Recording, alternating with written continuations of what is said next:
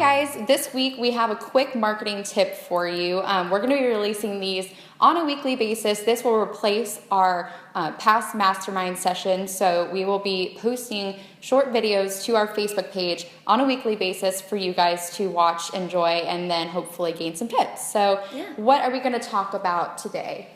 So we're going to talk about some quick and easy and free ways to get a little bit more traffic driven to your site. Because really, the trick to it is to link your website everywhere you can think of, and then hopefully a couple places you have it. So the first one, Caitlin, do you want to walk through? Yeah. So our email signature, we want to make sure that you're not keeping your website link, stuck in kind of like a graphically designed box. A lot of people will use those, you get your image in there, you get your email and your address and stuff, and you get this whole email signature. And it's so long. It's huge, and it takes up a lot of space. A lot of people don't even have images in or enabled on their device. Yeah. And you want to make sure that people are easily able to get to your website. If you're sending them an email and you can say, go, take a look at some more information. So you want to make sure that you're keeping a link to your website within your email signature, a clickable link, and that's very easy to add when you can just copy and paste it in there. And it makes it one step for the reader of your email to get to your website. Exactly. All right, so the next one is your print material. And this pretty much encompasses everything that you have on paper. If you have business cards or mailers or flyers or listing presentations, make sure that you have your email address everywhere. So if somebody's looking for a little bit more information, they know exactly where they can find it. And it really helps if you have maybe a specific URL you're hoping for them to go to. You can make a short URL, and then we have a tool that we can just forward over to a longer URL. So you can make it easy and not have somebody typing in some big long string.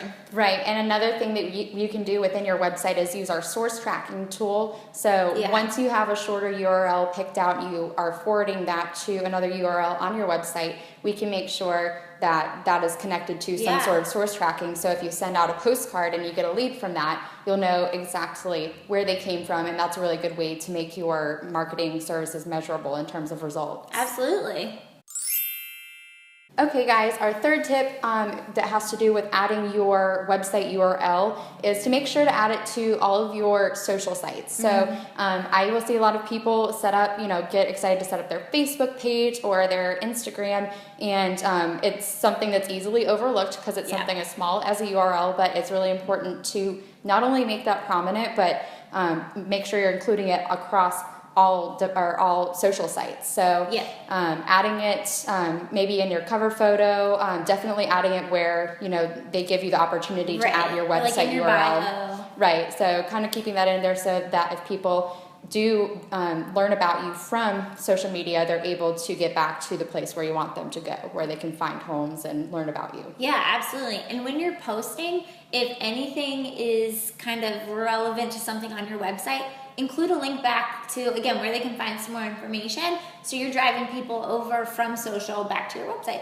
Right. I will see a lot of people who will send links like to Realtor.com and Zillow. Those are your competitors a lot of times, you guys, so make sure that you're really trying to increase that traffic to your personal website. Yeah, definitely. All right, so another one here, we're going back to email, but this is your actual email address. So for example, all of ours end in @dakno.com. So it's good for a couple reasons. One, because again, you're getting your domain out there for people to become familiar with, a little bit of branding, but also it makes your emails look more credible because anybody can come up with a Gmail account and say, oh, realtor@gmail.com, and it looks spammy. So it helps legitimize your emails essentially when they're coming in. Right. And then, of course, you'll have it in your email signature, so it's a double whammy for you. All right, and our last tip for you guys, this is another thing that is often overlooked or you may not consider at all. A lot of people will create a voicemail and say, sorry, I missed you. Give me a call back. Leave your name, number, and the reason for calling. But a lot of people don't think to leave your website address. If someone has missed you on the phone, the next best thing I want them to do is, other than emailing or texting me, is to go to my website, learn a little bit more about me, find exactly what they need. So send them back to your website. If someone is coming to give you a call for the first time and they haven't seen your website yet, not only is that another way to get traffic, but it's a way for them to remain, continue doing what they're wanting to do, look for homes, and keep you in mind. So always include your URL when you're creating your own voicemail box. So thank you so much for joining us. We hope you got a lot out of this. And this is your homework. It's a little checklist for you. Make sure that your web address is in all of these places.